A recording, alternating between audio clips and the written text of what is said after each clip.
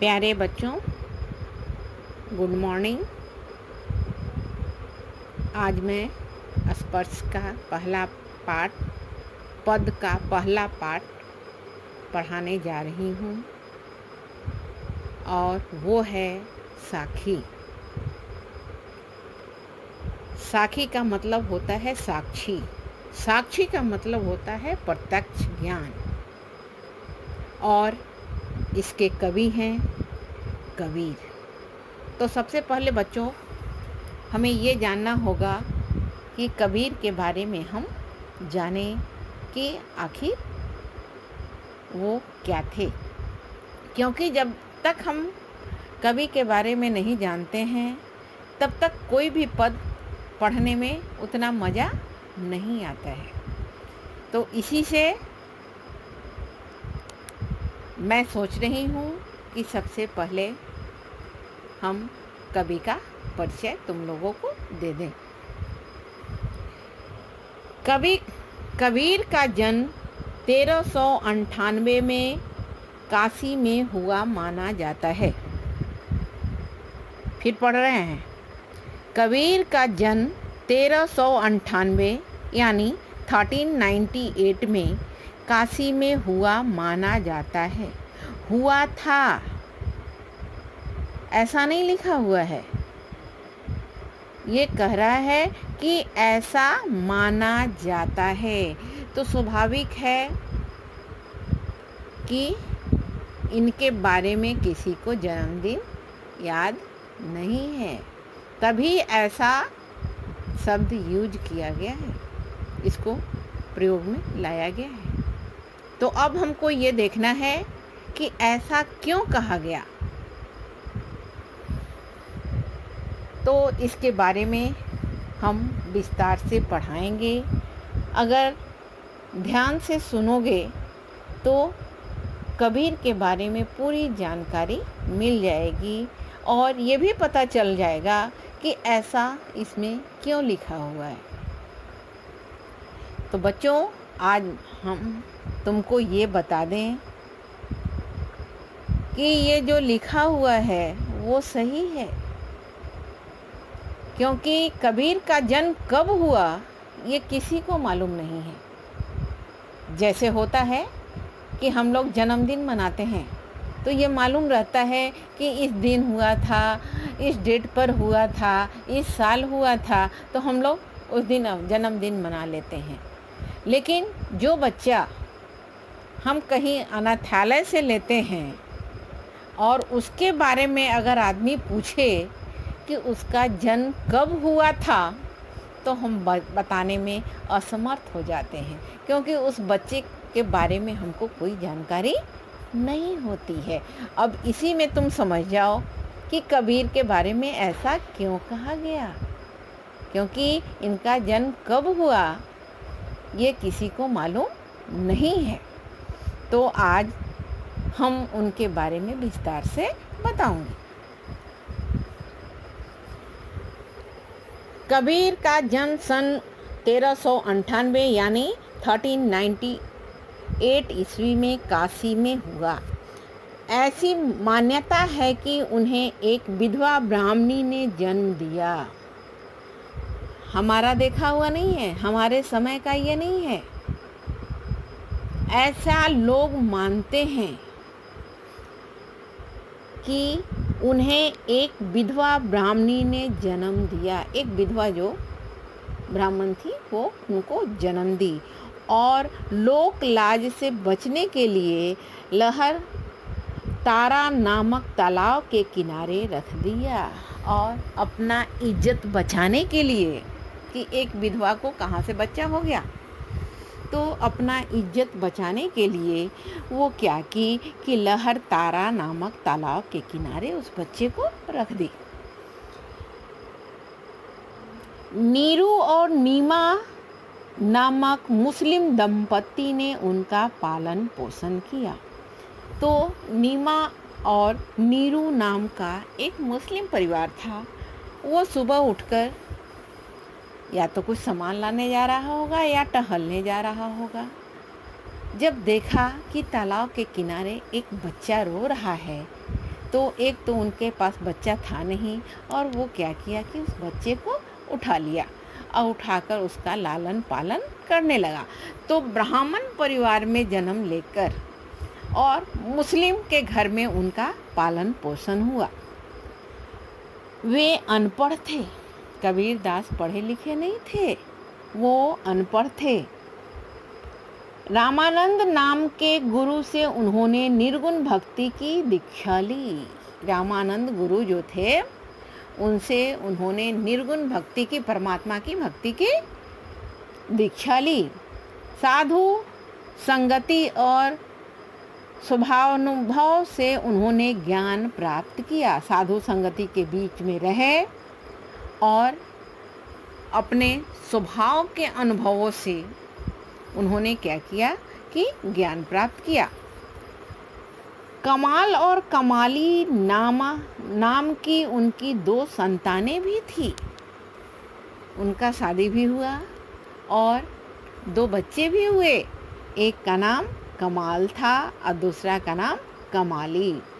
और कबीर दास इस दुनिया में 120 वर्ष की दीर्घ आयु पाए और फिर वो चीर निद्रा में सो गए, यानी कि इस दुनिया से चले गए। 120 बरस जिंदा रहे। ये था उनका जीवन परिचय। अगर इसमें कहीं कोई समझ में नहीं आता है तो तुम पूछ सकते हो। और जितना मैं पढ़ा रही हूँ उसी में से पूछना है। जो अभी पढ़ाई नहीं हुई उसके बारे में पूछना नहीं है और समय बर्बाद नहीं करना है। और ये भी ध्यान देना कि मैं जितना पढ़ा रही हूँ और अगर स्कूल चलने लगेगा तो ये सारी चीज़ें फिर मैं तुमसे पूछूंगी और उसी से हमें पता लग जाएगा कि ऑनलाइन क्लास कितना बच्चा कितने अच्छे ढंग से किया है। इस पर ध्यान देना। तो कबीर दास का जीवन परिचय तो हो गया। अब उनकी रचनाएं।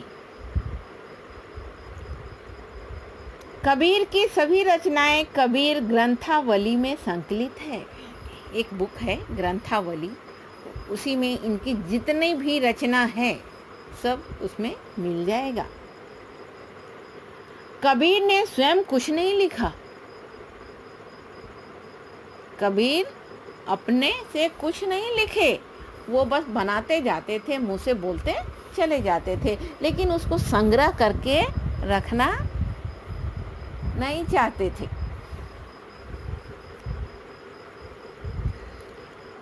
और न लिखना उनका उद्देश्य था।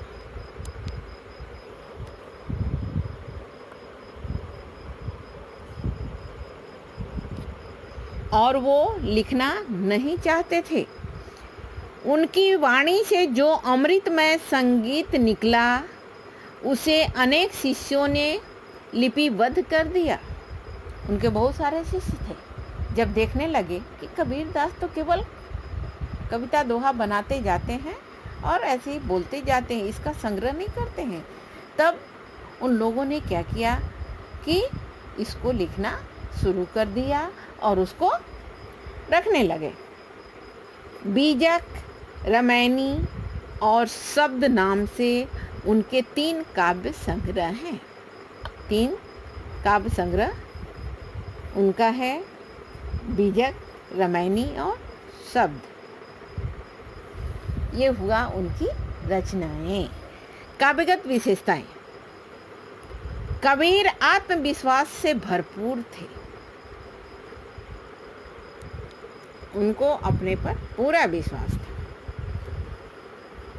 उन्होंने जो भी लिखा आँखें देखी लिखा, कागज की लेखी नहीं। कबीर दास जो भी बोलते थे वो अपना बनाया हुआ, जो आँख से देखा हुआ है, ये नहीं कि पेपर पढ़ के, ये नहीं कि कोई किताब पढ़ के उसमें से निकाल के वो लिखे हैं, ऐसा नहीं था। वो जो प्रत्यक्ष देखते थे उसी के बारे में वो बोलते थे। उनका समाज धार्मिक रूढ़ियों और अंधविश्वासों से ग्रस्त था। उस समय की स्थिति ये थी कि समाज जो था वो धार्मिक रूढ़ियों और अंधविश्वासों में बड़ा ध्यान देता था। अतः उन्होंने समाज सुधार की आवाज़ उठाई और कबीरदास जब देखे कि इन लोग को अंधविश्वास इन लोग को ज़्यादा है तो इन्होंने समाज को सुधारने के लिए आवाज़ भी उठाई। कबीर मूलतः संत थे। निराकार ईश्वर में उनकी आस्था थी। उनका विश्वास था कि प्रभु की प्राप्ति ज्ञान और विशुद्ध प्रेम द्वारा हो सकती है। ईश्वर पर पूरा विश्वास करते थे और वो उनका ये पूरा विश्वास था कि प्रभु की प्राप्ति ज्ञान और विशुद्ध प्रेम के द्वारा हो सकती है। अगर उन पर हम पूरा ध्यान दें और उनसे प्रेम करें तब उनको हम प्राप्त कर सकते हैं। नाम स्मरण और गुरु शरण दोनों इस आराधना के लिए अनिवार्य है। भगवान का नाम लेना, उनका स्मरण करना और गुरु के शरण में रहना, ये चीज उनके लिए अनिवार्य था। उन्होंने गुरु को ईश्वर से भी अधिक ऊंचा स्थान दिया, क्योंकि ईश्वर तो दिखाई नहीं दे रहे हैं और गुरु दिखाई देते हैं। तो इसी से उन्होंने क्या किया कि ईश्वर को, ये गुरु को ईश्वर से भी ऊंचा स्थान देते थे। नारी और माया दोनों का उन्होंने प्रखर विरोध किया। नारी लोगों का मन मोह लेती है और माया भी जो है उसके जाल में आदमी बहुत जल्दी ही फंस जाता है, और ये दोनों के विरोधी थे, क्योंकि ये दोनों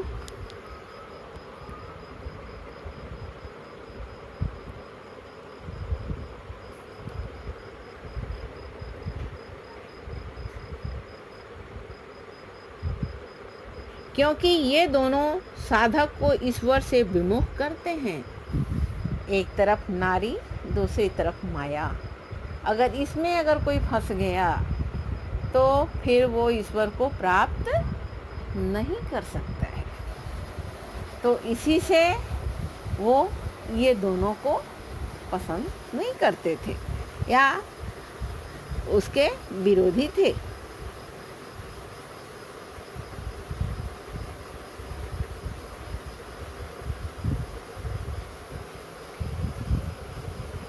काव्यगत विशेषता भी मालूम हो गया। अब भाषा शैली।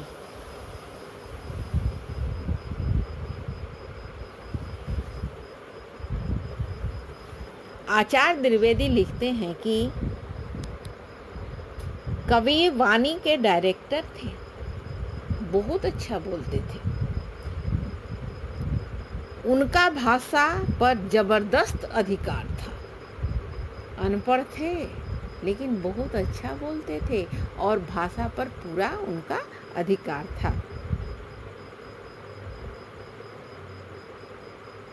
और ऐसा बोलते थे कि सच पूछा जाए तो हिंदी में ऐसा जबरदस्त व्यंग लेखक पैदा ही नहीं हुआ।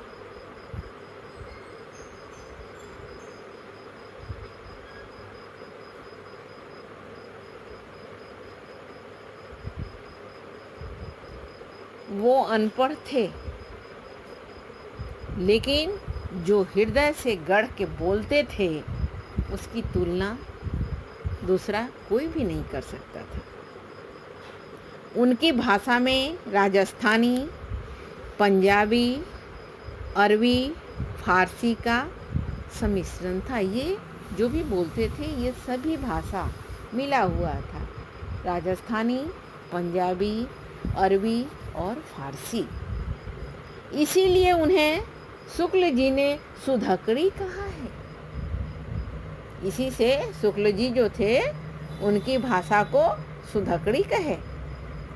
निश्चय ही कबीर हिंदी में अमर कवि हैं, और सच पूछा जाए तो कबीर जो हैं हिंदी के अमर कवि हैं। आज वो नहीं हैं, लेकिन आज भी उनकी लिखी हुई कविता और दोहा बहुत प्रचलित है। ये हुआ कबीर का परिचय। अब मैं आगे बढ़ती हूँ। साखी। साखी शब्द साक्षी शब्द का ही तद्भव रूप है। पढ़े हो? तद्भव, तत्सम, देसी, विदेशी। तो साखी शब्द साक्षी शब्द का ही तद्भव रूप है। साक्षी शब्द साक्ष्य से बना है। साक्ष्य का मतलब होता है प्रत्यक्ष ज्ञान। शुरू में ही बताए हैं कि वो किताब नहीं पढ़ के लिखते थे, किताब पढ़ के नहीं बोलते थे, किसी का बात सुना हुआ नहीं बोलते थे। वो जो प्रत्यक्ष देखते थे उसके बारे में ही वो बोलते थे, उनका अपना ज्ञान होता था।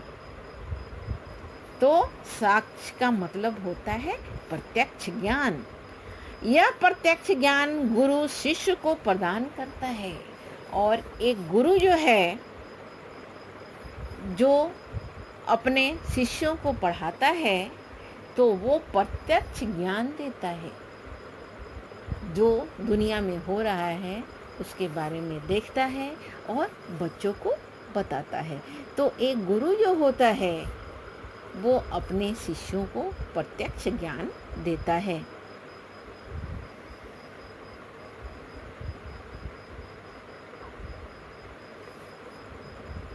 और कबीर जो हैं ये सारा ज्ञान पूरी दुनिया में घूम घूम कर इकट्ठा किए थे।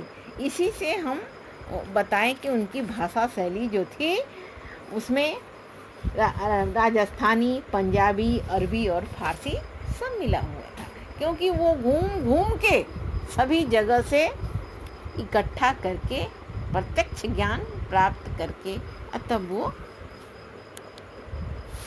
लिखे थे या बोलते थे। इसी से शुरू में ही बताए कि इसको सुधकड़ी, इनकी भाषा को सुधकड़ी कहा गया। तो ये तो शुक्ल जी बोले, लेकिन इनकी भाषा को पंचमेल खिचड़ी भी कहा जाता है, क्योंकि बहुत सारी भाषा इसमें मिला हुआ है। तो इनकी भाषा को पंचमेल खिचड़ी भी कहा जाता है। अब चलें साखी।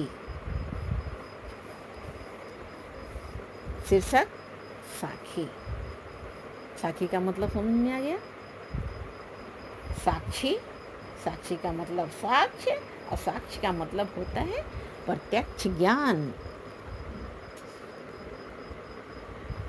ऐसी वाणी बोलिए मन का आपा खोई, अपना तन शीतल करे औरन को सुख होई।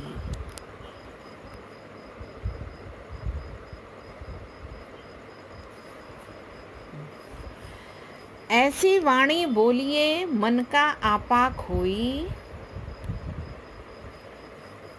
ऐसी वाणी बोलिए मन का आपा खोई, अपना तन शीतल करे औरन को सुख होई। ऐसी वाणी, वाणी वचन बोली, बोलिए मन का आपा, आपा अहंकार, घमंड, खोकर, खोई, खोकर, अपना तन शीतल करे, शीतल ठंडा, औरन को सुख होई, और जो इसको सुने वो भी खुश हो जाए, उसको भी सुख प्राप्त हो जाए। फिर बता रहे हैं, ऐसी वाणी बोलिए मन का आपा खोई, अपना तन शीतल करे औरन को सुख होई। देखो, बोलने सबको आता है। कोई अच्छा बोलता है, कोई बुरा बोलता है, लेकिन कोई भी ऐसा आदमी नहीं है कि जिसको बोलने नहीं आता है। सब बोलता है, लेकिन उसी में कोई ऐसा आदमी होता है कि बहुत सोच समझकर बहुत सटीक भाषा बोलता है। तो इसी से कबीर दास कहते हैं कि हे लोग, तुम मन का अहंकार हटाकर मुझसे ऐसे मीठे वचन कहो कि तुम्हारा अपना शरीर शीतल हो जाए। कबीरदास का कहना क्या है कि तुम ऐसी भाषा बोलो कि जिसमें अहंकार नहीं हो, और वो भाषा अगर कोई दूसरा सुनेगा तो सुनकर क्या होगा कि जो बोलता है उसको भी शीतलता प्राप्त होगी, और सुनने वाले को भी शीतलता मिलेगी। वो भी उस भाषा को सुनकर खुश हो जाएगा। ये नहीं गुड़ खाकर, मिठाई खाकर हम भाषा बोलें, वो भाषा नहीं। वो मीठी वाणी जिसमें अहंकार नहीं हो, जिसमें घमंड नहीं हो, ऐसी वाणी अगर हम बोलते हैं तो इससे क्या होता है कि हमको भी, हमारा भी मन शीतल होता है, और दूसरे का मन को भी ठंडक पहुंचती है, और वो भी सुख प्राप्त करता है। तो शुरू में ही हम बताएं कि बोलने तो सबको आता है। कोई अच्छा बोलता है, कोई बुरा बोलता है, लेकिन यहाँ कबीर दास कहते हैं कि कुछ लोग ऐसे भी होते हैं जो बहुत सोच समझ के बोलते हैं कि किसी को कोई कष्ट नहीं पहुँचे। तो उनका जो बोला हुआ चीज़ होता है उसमें क्या होता है कि अहंकार नहीं होता है। आपा अहंकार नहीं होता है, और जिस भाषा को बोलने में हमको अहंकार नहीं हो, वो भाषा मीठी बोली होती है। तो ऐसी ही बोली कबीर दास बोलने के लिए कह रहे हैं। ऐसा नहीं कि जली कटी कठोर और कुटिल भाषा किसी के साथ हम बोले, और इससे क्या होगा कि हम तो बोल दिए, दूसरा जो है वो सुनकर बेचैन हो जाएगा। तो बहुत लोग ऐसे भी होते हैं कि देखते हैं कि दूसरा बहुत बेचैन हो गया हमारी बोली से, तो उनको बड़ा सुख प्राप्त होता है। तो ये आदमी मनुष्य नहीं है, इसको हम राक्षस मानते हैं। जो दूसरे को कष्ट को देखकर वो खुश होता है। सही आदमी वही है कि वो ऐसी बोली बोलता है कि उस बोली में मिठास भरा हुआ होता है, उसमें घमंड नहीं होता है, और दूसरा आदमी जब सुनता है तो उसको भी शीतलता प्राप्त होती है। कबीर दास ये कह रहे हैं कि किसी को कटु नहीं बोलना है। समझ में आया? अब दूसरा, कस्तूरी कुंडली बसै मृग ढूंढे बन माही, ऐसे घटी घटी राम हैं दुनिया देखे नहीं। कस्तूरी एक सुगंधित पदार्थ जो मृग के नाभि में पाया जाता है, उसको कहते हैं कस्तूरी। बहुत ही उसमें सुगंध होता है। कुंडली नाभि, बसे रहता है, मृग हरिण, ढूंढता है, वन जंगल, माही में। समझ में आया? कस्तूरी एक सुगंधित पदार्थ जो मृग के नाभि में पाया जाता है। कुंडली नाभि, बसे रहता है, मृग हिरण, ढूंढे खोजता है, वन जंगल में, माही जंगल और माही में। ऐसे घटी घटी राम है दुनिया देखे नहीं। कबीर दास कहते हैं कि ये जो सुगंधित पदार्थ जो होता है वो मृग के नाभि में होता है, और उसका सुगंध उसके नाक तक जाता है, तो वो उसको उस सुगंध को पाने के लिए वो बेचैन हो जाता है और पूरे जंगल में वो दौड़ लगाना शुरू करता है कि ये सुगंध कहाँ से आ रहा है, इतना अच्छा सुगंध कहाँ से आ रहा है। लेकिन ये सुगंध तो उसकी नाभि से ही आता है। कबीरदास कहते हैं कि ऐसे घटी घटी राम है दुनिया देखे नहीं। तो वैसे ही राम भी सब प्राणी के अंदर बसे हुए हैं, सब प्राणी के अंदर भगवान बसे हुए हैं, लेकिन दुनिया के लोग उसको नहीं देख पाते हैं और चारों तरफ दौड़ लगाते हैं। कोई अमरनाथ जा रहा है, कोई वैष्णो देवी जा रहा है, कोई हज पर जा रहा है, कोई मंदिर जाता है, कोई मस्जिद जाता है भगवान को खोजने के लिए। लेकिन ये भूल जाता है कि भगवान सबके अंदर बसते हैं। हर आदमी के अंदर भगवान का अंश होता है। अगर हम किसी आदमी को मान लें कि नहीं, ये आदमी नहीं, ये देवता है, इसके अंदर भगवान का अंश है, तो फिर उस आदमी से हमको बैर होगा ही नहीं। हम सबको एक समान मानने लगेंगे, सबसे प्रेम करने लगेंगे। तो समझे बच्चों, तो ये जो भगवान जो हैं सब में बसते हैं। ऐसे घटी घटी राम हैं, ऐसे कण कण में राम बसे हैं, जिसको दुनिया देख नहीं पाता है और पूरे संसार में वो दौड़ लगाता रहता है कि कहीं जाएं, कहीं तीरथ पर जाए और भगवान हमको मिल जाए। तो उसी से कहा गया है कि कस्तूरी कुंडली बसे मिर्ग ढूंढे बन माही, ऐसे घटी घटी राम है दुनिया देखे नहीं। कबीर कहते हैं जिस प्रकार कस्तूरी नामक सुगंधित पदार्थ मृग की अपनी नाभि में ही होता है, परंतु वह उसे बन बन खोजता है, यानी जंगल जंगल खोजता फिरता है, उसी प्रकार राम कण कण में निवास करता है और हर हृदय में निवास करता है, परंतु लोग उसे देख नहीं पाते और चारों तरफ दौड़ते रहते हैं भगवान को पाने के लिए। समझ में आ गया? अब हम आगे बढ़े। तीसरा, जब मैं था तब हरि नहीं, अब हरि है मैं नाही, सब अंधियारा मिट गया जब दीपक देखा माही। जब मैं था, मैं का मतलब अहंकार, जब हमारे अंदर अहंकार था,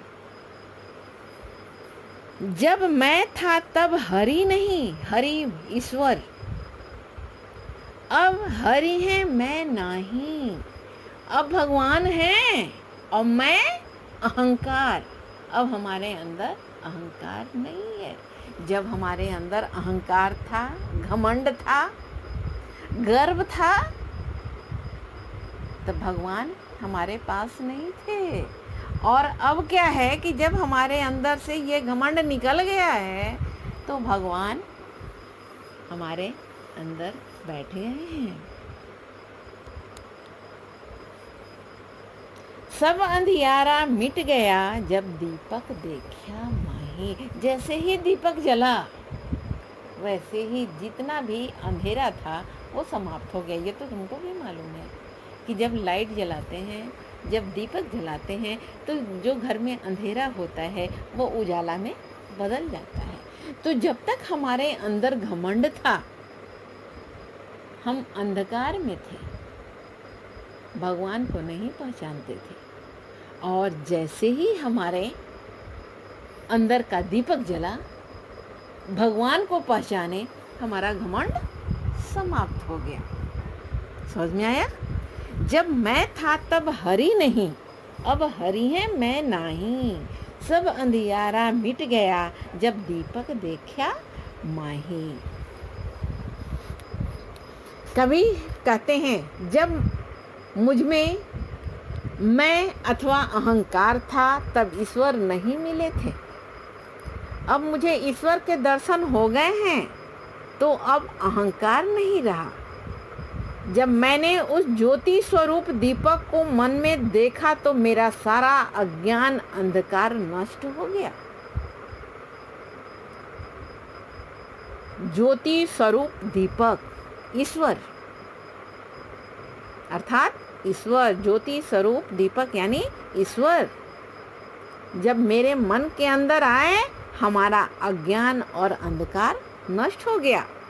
मुझे इस सत्य के दर्शन हो गए कि अहंकार ही ईश्वर का विरोधी है। जहाँ अहंकार होता है वहाँ ईश्वर नहीं रहते हैं, और जहाँ ईश्वर होते हैं वहाँ अहंकार नहीं होता है। इसी के कारण जीव ईश्वर का साक्षात्कार नहीं कर पाता। यही घमंड के कारण ईश्वर का सामना लोगों में नहीं हो पाता है। तो जिसके अंदर घमंड है उसके अंदर भगवान नहीं आ पाते हैं, वो भगवान को प्राप्त नहीं कर पाता है।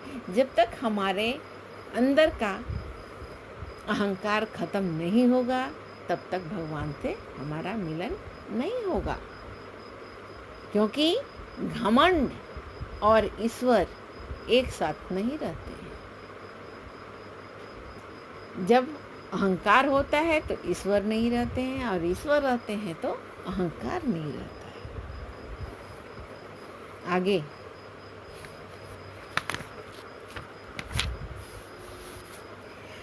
सुखिया सब संसार है, खाए और सोए, दुखिया दास कबीर है, जागे और रोए। सुखिया सुखी, सुखिया सब संसार है, सारा संसार के लोग सुखी हैं, खाते हैं, पीते हैं, आराम से सोते हैं। दुखिया दास कबीर है, जागे और रोए। और दुखिया दुखी, दास ईश्वर का भक्त। सारे लोग भर दिन काम करते हैं, मेहनत करते हैं, पैसा कमाते हैं, खाते हैं, रात में आराम से सोते हैं। तो इसको कहा गया है कि ये लोग बहुत सुखी हैं। लेकिन यहाँ दुखी कौन है? ईश्वर का भक्त कबीर। ये दुखी हैं क्योंकि ये भगवान को पाना चाहते हैं, भगवान का दर्शन करना चाहते हैं, इसी से ये दुखी हैं और रात भर जगे रहते हैं, इनको नींद नहीं आती है। कबीर कहते हैं संसार के सब लोग खा रहे हैं, पी रहे हैं और मौज से सोए हुए हैं, वे सब इसी में सुखी हैं, परंतु मैं प्रभु का दास कबीर उस प्रभु के प्रति जाग गया हूँ, उसके वियोग में दिन रात रो रहा हूँ, इसीलिए बहुत दुखी हूँ। हमको मालूम है कि भगवान ही एकमात्र ऐसा ईश्वर है कि जिसका भक्त लोगों को बनना चाहिए, क्योंकि आदमी सारे काम से जब निपट जाता है तो अंतिम उसकी यही रह जाती है भगवान से, भगवान का भक्त बनना, भगवान को पाना, भगवान में आस्था लगाना, जो कि तुम लोग धर्म शिक्षा में पढ़े होगे। लास्ट में होता है संन्यास आश्रम। 4 आश्रम होता है, 0 से 25, 25 से 50,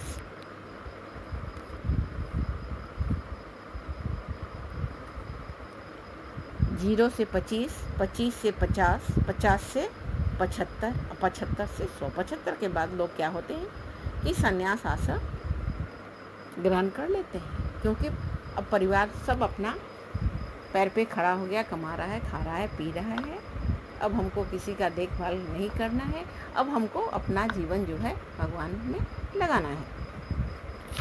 तो लास्ट में सभी लोग भगवान के दरबार में चले आते हैं। तो उसी से कबीर दास कहते हैं कि मैं प्रभु का दास कबीर उस प्रभु के प्रति जाग गया हूँ कि प्रभु ही सब कुछ है, और उनके वियोग में दिन रात रो रहा हूँ, इसीलिए मैं बहुत दुखी हूँ। हम उन लोगों में नहीं हूँ कि कमा रहे हैं, खा रहे हैं, बढ़िया बढ़िया खाना खा रहे हैं, मौज मस्ती से रह रहे हैं और आराम से सो रहे हैं। हम तो दुखी आदमी हैं। और दुखी भी किस चीज़ का दुख? तो दुख इस चीज़ का है कि प्रभु की प्राप्ति, उन्हीं को पाने के लिए हम दिन रात रो रहे हैं, हमारे आंखों का नींद खत्म हो गया। समझ में आया? अगर समझ में नहीं आए तो जितना बार पूछोगे उतना बार बताने के लिए हम तैयार हैं। लेकिन एक बात ध्यान देना कि हम तो बता देंगे, लेकिन जब हम पूछने लगेंगे तो फिर हम ऐसा नहीं सुनना चाहते हैं कि हमको नहीं आता है। समझ गए ना? क्योंकि जितना बार तुम पूछोगे उतना बार हम बताने के लिए तैयार हैं। ठीक है?